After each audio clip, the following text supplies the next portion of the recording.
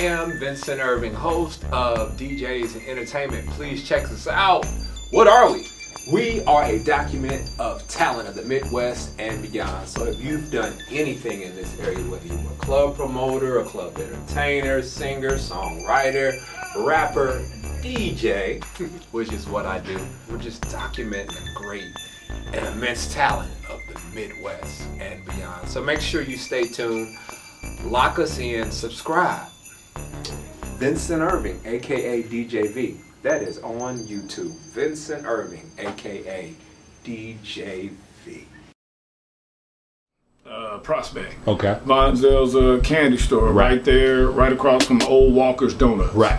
And they used to have a grocery store right before you got to him. He sat on the west side of the street. Mm-hmm. And, so he let me go up there. And he already knew I liked video games. So right. he was like, man, I'll let him play all the video games he wants. And I know he likes playing music. He can come up there and play music. Right. So I started playing music. And I just happened to run into this guy named the Mixologist. Okay.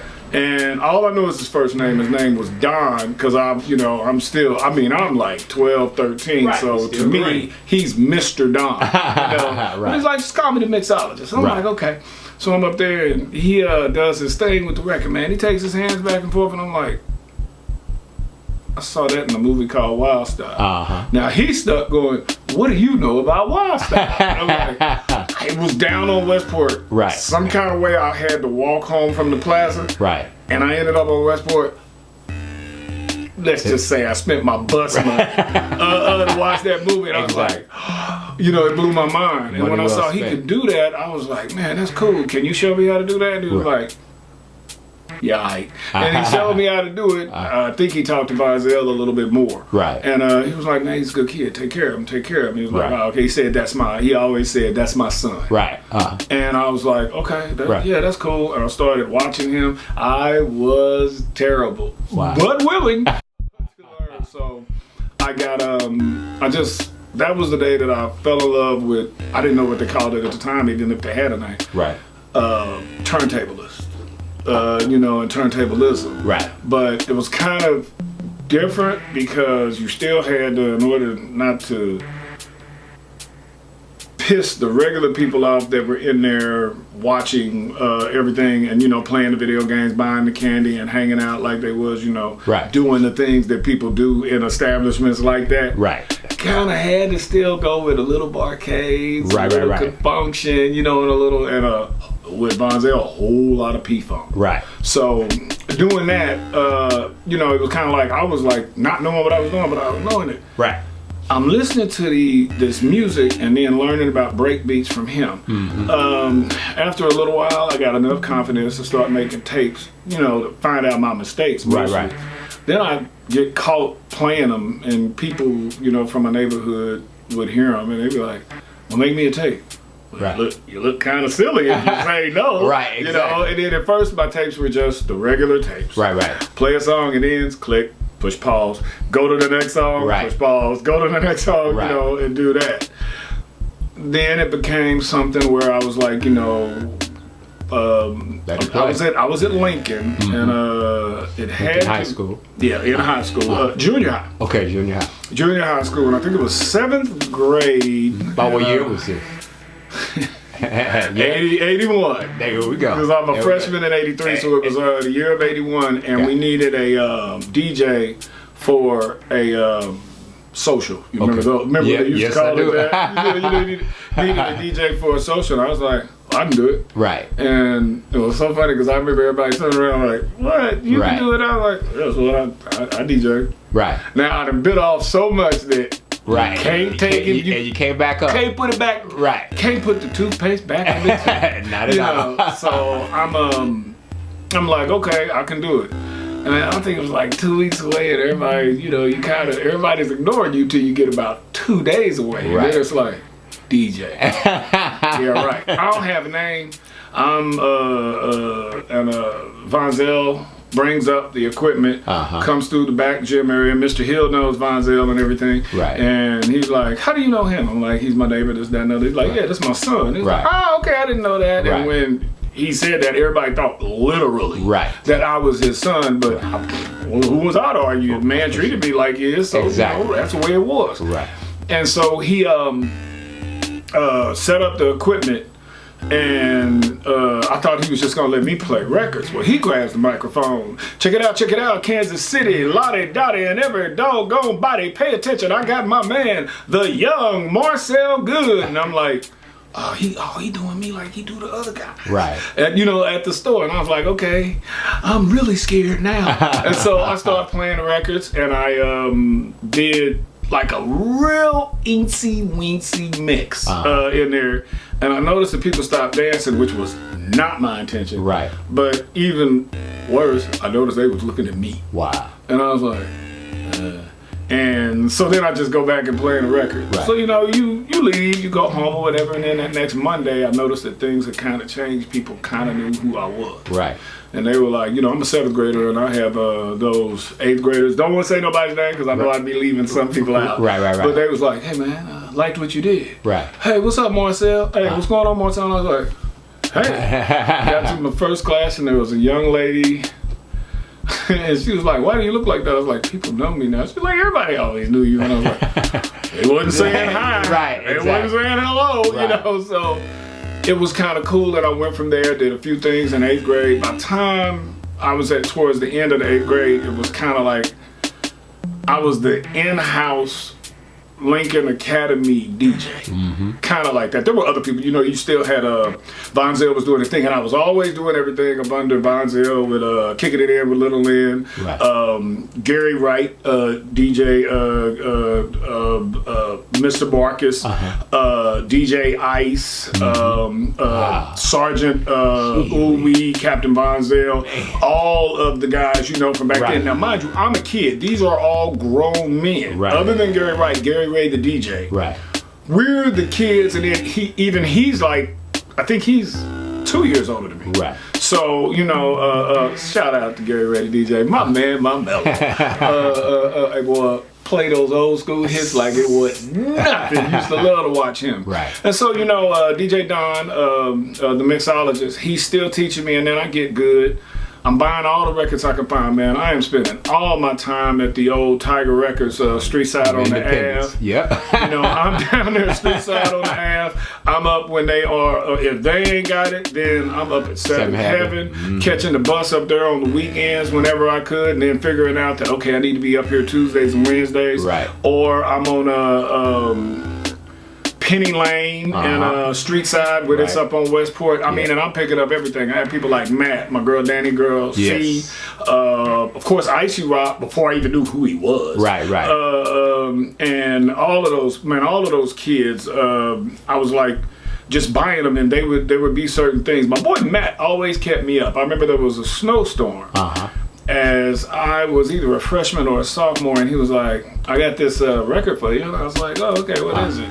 Man, it's just these new guys, they're hot on the East Coast. And I'm like, okay. He said, yeah, Eric B. and Rackham. And I'm like, Rackham? Right. And I'm listening, I said, oh, it says Rakim. I'm listening to the record because they used to keep a turntable out. Right. Where you know, they'd bust open a 12 for you. Exactly. You know, because they could reseal it. Exactly. Those days. Yeah. And I was like, man, I think this is going to be hot. Right. My favorite rapper of all time. But, you know, going back a little bit, freshman year, I just started DJing, and the more and more I went, I started doing the, if everybody remembers, the high school parties. Yes. I started doing most of the $3 high school parties for the fundraisers at Lincoln through Bonzel. And that's when you, like, hear your name on a radio, and he's like, you know, he's kicking it in with Little Lynn. Captain Bonzel, Sergeant Ooh-wee, you know, he's doing, he's doing all that, and then you hear the young Marcyl Goode, and I'm like, I gotta get a nickname, you know. But I'm thinking, I kind of wanted to come, kind of, you know, out of nowhere, either from somebody or something. And you know, one day I'm I'm playing a record called "Fresh Is the Word" by Mantronics. Yes. And I had some dirt on the record and didn't know it while it's playing. I'm, collecting records to do a mix. Right. And it goes, with the capabilities to cut so fast. And I was like, but it skips and goes back, with the capabilities to cut so fast. With the capabilities. And I'm like, man, I got to clean that off. And I was like, so I put the needle back, find that spot, with the capabilities to cut so fast. And I was like, that's it. I'm pretty quick on the tables. DJ cut fast. I want to say 84, 85. Gotcha. Late 84, early 85. Because that's Birth when of DJ Cut Fast. That was it. That was when Cut Fast was created. Right. And so it was like, okay, that's who I am. And then when I put it out there, because before I had started rapping, like, because everybody rapped a little bit. Right. I was, my name's Marcyl, Goode. Everybody knows. I was Marcy G. Like everybody was Cool Rock Ski. Exactly. Everybody had a vowel at the end of it. So, not the G, the G-E-E. Hey. So I'm doing that. And, so now I'm Marcy G on the microphone. I'm Cut Fast on the turntables. Right. Wish I would have kept that part up. That would have been actually if I'd have been smart, I would have been like Eric Sermon and would have been Marcyl Goode. Right. I think because that name right there, that's kind of fly. It is. It is. It sticks to you. Yeah, it hits you. Gives you a good feeling. Hey, good with an E. Yes. Good with an E feeling. So good vibes, man. Yeah, good there vibes. it is. There it is. So it's kind of happening, and the only reason I will tell you, the only reason that I rhymed was most times I found that other rappers just it was fun for me. Right. But I couldn't depend on them. Right. Okay, we'll show up here at this time, this, that, and another. I ain't gonna lie, I won't front to anyone. I'm kind of blessed and a little bit of self-discipline at that age because my mother always told me as long as my grades were good, you can do what you want. But the minute that your grades go down is the time that you will be in the house at this time, have to do this, and you got to cut the music out. Right. Man, you can't take my music away from me. That was the way I saw it. So, I did it like that, and it was kind of cool. So then in high school, as time went on, it was people like my boy Lewis Moulton, King Louie, and my other boy Clinton Kaysen. Okay. God bless. I thought they were the coldest rappers because, it was kind of like more of an educational vibe. Right. But that was where we came from, with Melly Mel and those cats. Exactly. And I had already, my biggest influence was Jam Master Jay. Right. As a DJ, because I was like, if these guys say that their DJ is the best, they must really think big of him. Right. So putting up my microphone and being a guy for them, even though I think we only did work together probably about a year, maybe. Okay. Man, that's one of the funnest. And I know that's not a word. Right. That was one of the most funniest times of my life. Right. Dealing with them, they were both really, really good lyricists, and to be as young as they were, the things that they said then were like on point. Beautiful. And it gave me a lot of experience. It was Robert Harris. Yes. Man. Nice to the turntable. Watching him, and there was this kid by the name of LS Flash. Yes. Craziest part about that was I don't know that that's a good friend of mine's in the marching band, Darren Story's cousin, until one day I just show up over the house and he's like, Cut Fast. I'm like, well, somebody knows me. Right. And I was like, he's like, and I look on the wall, it says LS Flash. I was like, you LS Flash? He's like, yeah. And Darren goes, oh yeah, that's my nephew. And I'm like, oh yeah. Right. How does that happen? I'm like, man, I'm looking at him like he is, I ain't gonna front. I'm looking at him like, man, you the man. Right. I love those parties. There was DJ Ren and his crew. There were, this is just a little before Fresh comes around. Right. I really enjoy Fresh's stuff. But watching those crews that we were with, D. Mustafa, Captain Bonzel, like I've already mentioned, Robert Harrison, Nice and man, I love those guys. Prez, oh man, DJ President, all those guys. It was, we never really stepped on each other's toes. True.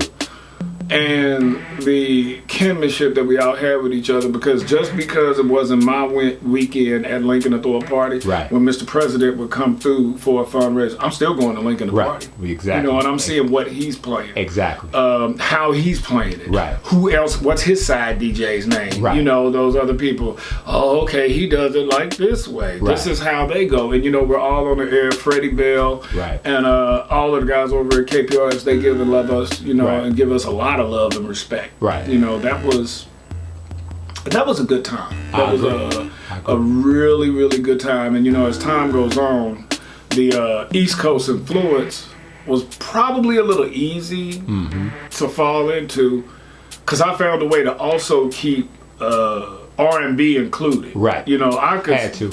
If your stuff was funky, right.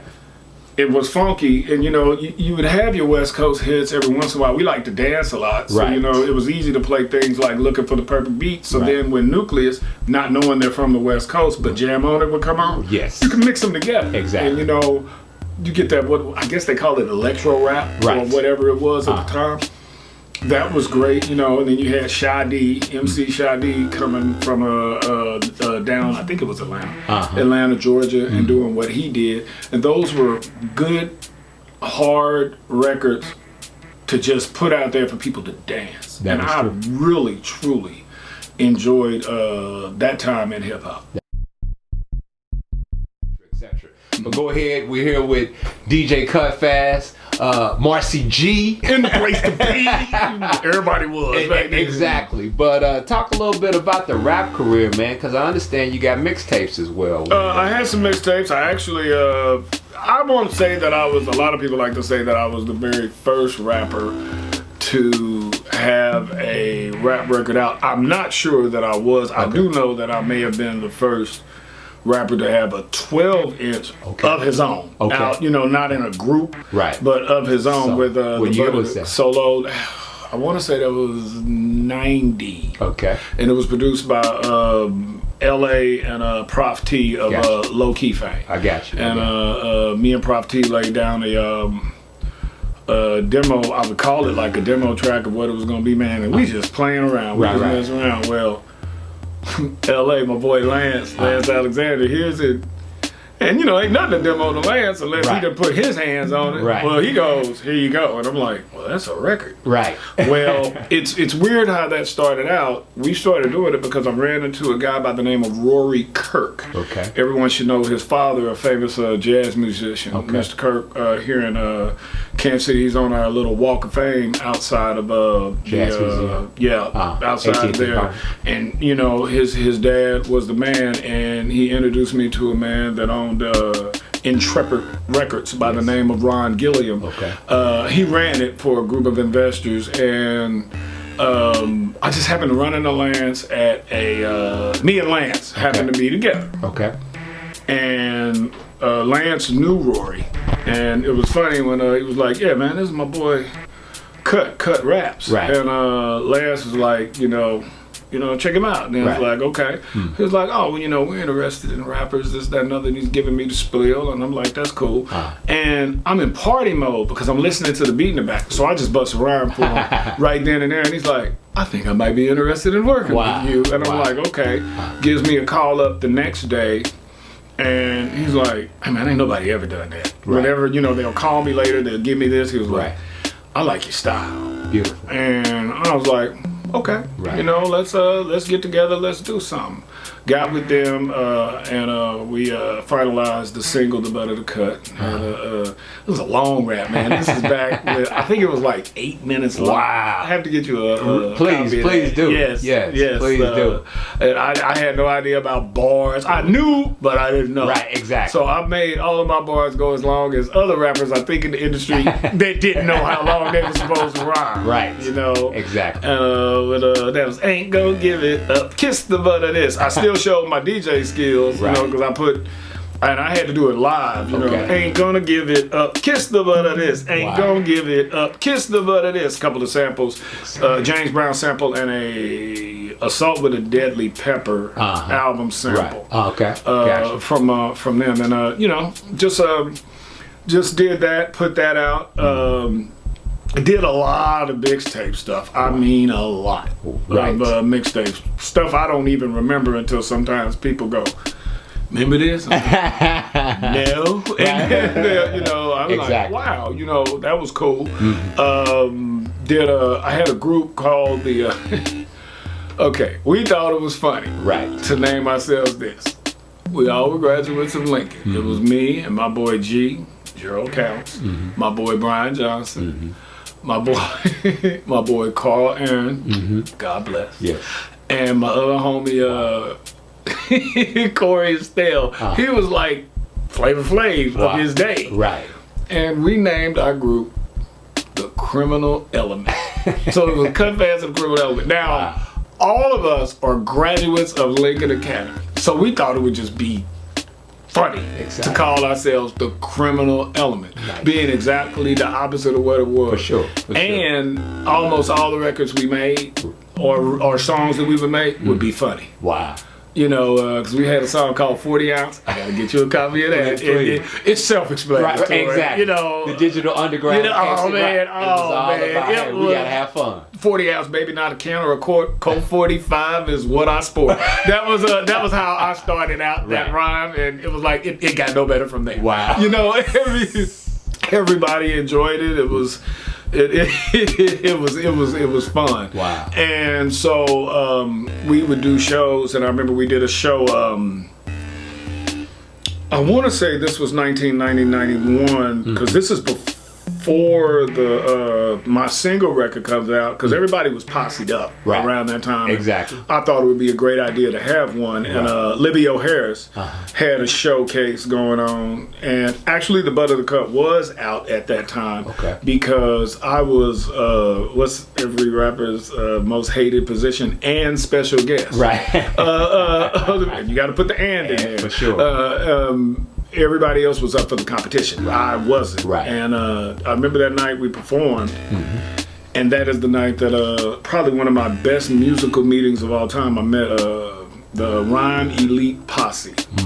And that was like Strychnine, of course Icy Rock, of course the great Jay Lee, one of my favorite lyricists, period. That Rich Hard, Little Light Bright Mike. Shout out to you, Mike. Right. All of those cats, I met them, and they were in their all black and Rhyme Elite jackets and everything, and I was like, that's too much posse, you know, over there. I'm like, man, it was dope, but we walked away with a respect from them, and they walked away with a respect from us that was really, really, you know, cool and fulfilling, you know, for the future. Right. You know, I was there that night. I think Dog Star D was there that night. There was a kid by the name of J-Rock who rubbed everybody wrong that night. Because I think he was one of the few guys that were getting paid. But he had an attitude. Right. Well, let's just say that I have a good friend of mine named Daryl. I ain't gonna say his last name, but he'll know it when he hears it. He was in the Rhyme. All names changed to protect the innocent. He knocked over his J because he had a J on a board sitting up there that was lighting up and going on. And he stumped that. I will tell you to this day, if I could draw that the way that he stumped on that J, and it was funny. I don't think any rapper got as much applause for what they did as Daryl got for stomping that J. And it was like, kind of like after that, with nobody really messing with it. You know, but that's a good song hook. Stomp that J. Stomp that J. You know, that would be dope. Yes. No.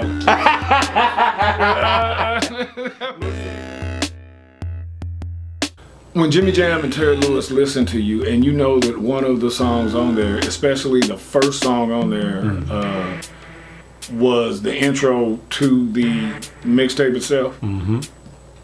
People like Jimmy Jam and Terry don't fast forward. That is true. They cut it off and they throw it away. Right. So it let me know that all was cool. Still, you remember what that song was? I think it was this song called "Cut Ain't No Joke."